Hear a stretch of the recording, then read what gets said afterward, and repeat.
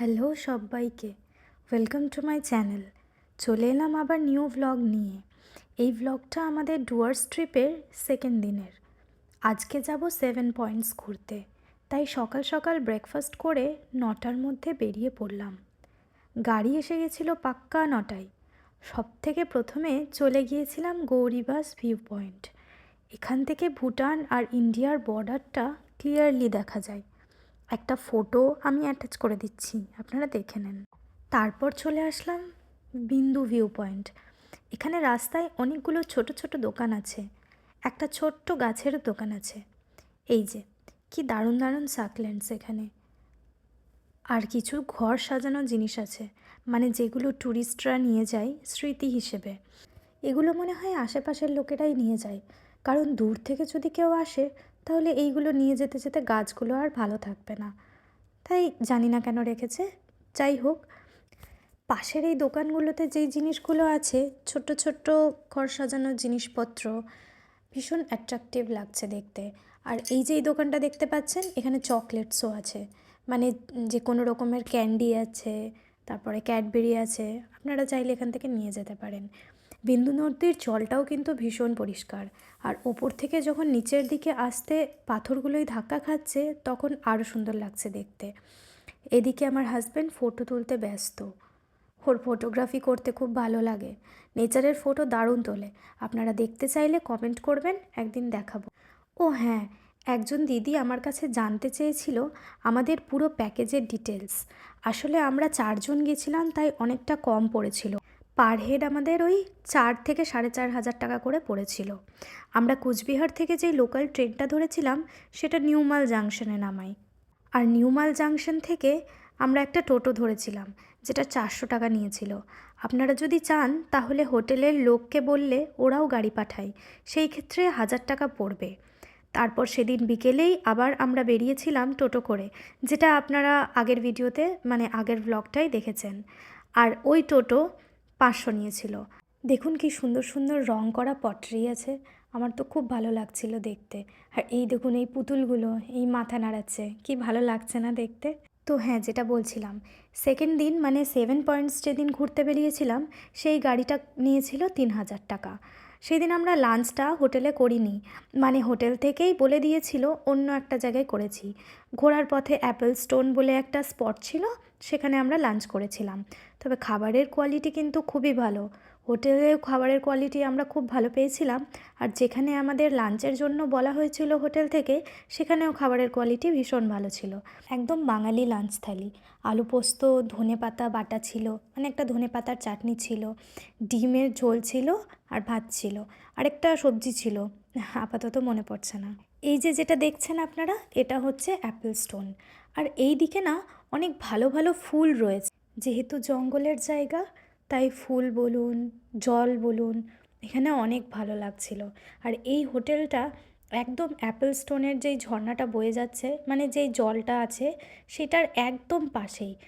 মানে আপনি খেতে খেতে বেশ নেচারটাকে এনজয় করুন।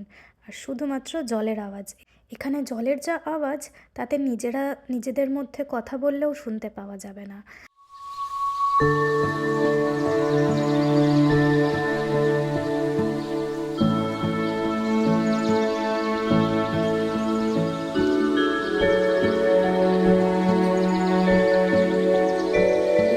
চলে আসলাম সামসিং ভিউ পয়েন্ট। এই ভিউ পয়েন্টটাতে দেখার মতো সেরকম কিছু নেই, কিন্তু এই যে আই লাভ সামসিং লেখা, এইটা এখন সব জায়গায় বানিয়েছে। এইখানে দাঁড়িয়ে ব্যাস ফটো তোলা। আর শুনলাম এইখানে নাকি অনেক লোক পিকনিক করতে আসে সিজনে, মানে ওই ডিসেম্বর জানুয়ারি যে টাইমে পিকনিক হয়, সেই টাইমে অনেক বেশি পিকনিক হয় এখানে। আর দেখুন, পিকনিক হলেও জায়গাটা কিন্তু একদম পরিষ্কার, কেউ নোংরা করে দিয়ে যায়নি। এরপর আমরা চলে গেলাম রকি আইল্যান্ডে। ততক্ষণ আপনারা একটু সিনেম্যাটিক শট এনজয় করুন।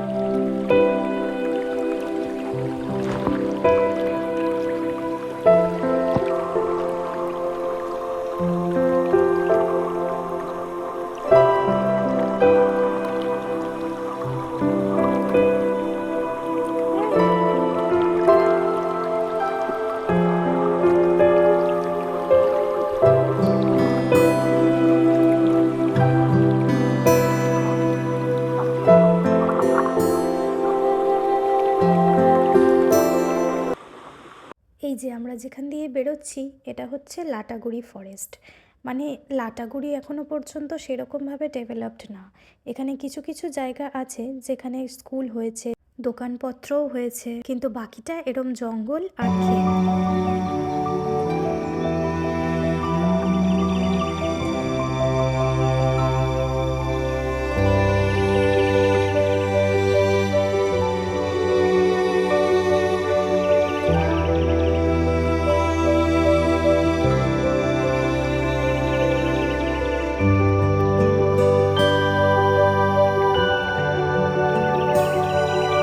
আমরা যে বাজারের উপরে দিয়ে যাচ্ছি এটা হচ্ছে ধূপঝোড়া বাজার। আর হ্যাঁ, হোটেল বলতে আমরা তো জঙ্গলের বাইরের দিকটাই ছিলাম, তাই আমাদের একটু সস্তা পড়েছিল। আপনারা যদি জঙ্গলের ভেতরে থাকতে চান তাহলে সেটা কিন্তু আপনার একটু কস্টলি পড়বে। অনেক সরকারি হোটেলও আছে যেটা আপনাকে আগের থেকে অনলাইনে বুকিং করে রাখতে হয়। সেগুলো মোটামুটি পার নাইট মনে হয় 2500 থেকে 3000 টাকা করে ভাড়া পড়ে। আর আমরা 4 জন একসাথে একটা রুমে ছিলাম, তাই আমাদের এতটা সস্তা পড়েছে, মানে 1100 টাকা করে পার হেড পড়েছে। কিন্তু আপনারা যদি আলাদা আলাদা থাকতে চান, মানে দুটো রুমে নিতে চান 4 জন, বা হয়তো 2 জন গেলেন একটা রুম নিলেন, সেরকম যদি চান তাহলে আপনাদের ওই 1300 টাকা করে এরকম পড়বে। এই বাজার দিয়ে আমরা চলে যাব মূর্তি ভিউ পয়েন্ট। মানে মূর্তি ভিউ পয়েন্টটা আমরা লাস্টে কভার করলাম, যেখানে ফুচকাও খেয়েছি আর এখানেও কিছু আন্ডার ওয়াটার সিনেম্যাটিক শট নিয়েছিলাম। আজকের দিনটা পেরোলে কালকের দিনে মানে লাস্ট দিনে আমরা চলে গেছিলাম জঙ্গল সাফারিতে। জঙ্গল সাফারিতে আমাদের গাড়ি ভাড়া নিয়েছিল 3200 টাকা মতো। ব্যাস, আমাদের এই প্যাকেজটাই ছিল। আমরা খুব বেশি দিন থাকতে পারিনি, আমাদের হাতে সময় ছিল না বলে আমরা এই 3টে দিনই থেকেছিলাম। যেদিন গেছিলাম সেদিনটা মাঝখানে একদিন, তারপরের দিনকে আমরা চলে এসেছিলাম সকালবেলা। সকালবেলা মানে ওই ব্রেকফাস্ট করে ধরুন 12টার ট্রেনটা ধরেছিলাম, আবার ওই একই ট্রেনে ফেরত এসে গেছিলাম।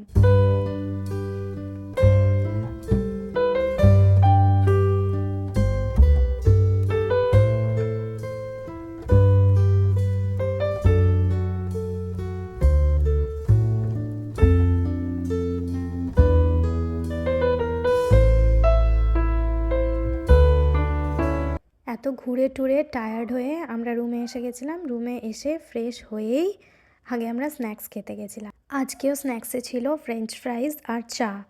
ফ্রেঞ্চ ফ্রাইজটাতে হয়নি আমাদের, তাই আমরা আরেক প্লেট পেঁয়াজ পকোড়া অর্ডার করেছিলাম। আর দেখুন কি সুন্দর মুরগিটা দেখতে। আর সকালবেলা আমাদের এর আওয়াজেই ঘুম ভাঙতো, আর অ্যালার্ম দিতে হতো না। দিনের শেষে এই রিসর্ট এরিয়াটা ভীষণই রিফ্রেশিং। এখানে বারবিকিউয়েরও ব্যবস্থা ছিল, চাইলে বারবিকিউটা আপনারা নিজেরাও করে নিতে পারেন, আবার ওনাদের প্যাকেজের সাথেও আপনারা ব্যবস্থা করে নিতে পারেন, যেটা আপনাদের ইচ্ছা। লাস্ট দিনের ব্লগটাও খুব তাড়াতাড়ি নিয়ে আসবো। তার আগে ভিডিওটা ভালো লাগলে অবশ্যই একটা লাইক করে চ্যানেলটা সাবস্ক্রাইব করে দেবেন। টাটা। আর ডিটেলসে যদি আপনি কিছু না বুঝতে পেরে থাকেন তাহলে আমাকে কমেন্ট করে জানাবেন। আমি চেষ্টা করব লাস্ট দিনের ভ্লগে সেইগুলো আবার করে ক্লিয়ার করে দেওয়ার। আর আমরা যে রিসর্টে ছিলাম কনক রেসিডেন্সি, সেটার নাম্বারটা আমি আপনাদের সাথে শেয়ার করে দেবো। স্ক্রিনে আপনি নাম্বারটা পেয়ে যাবেন।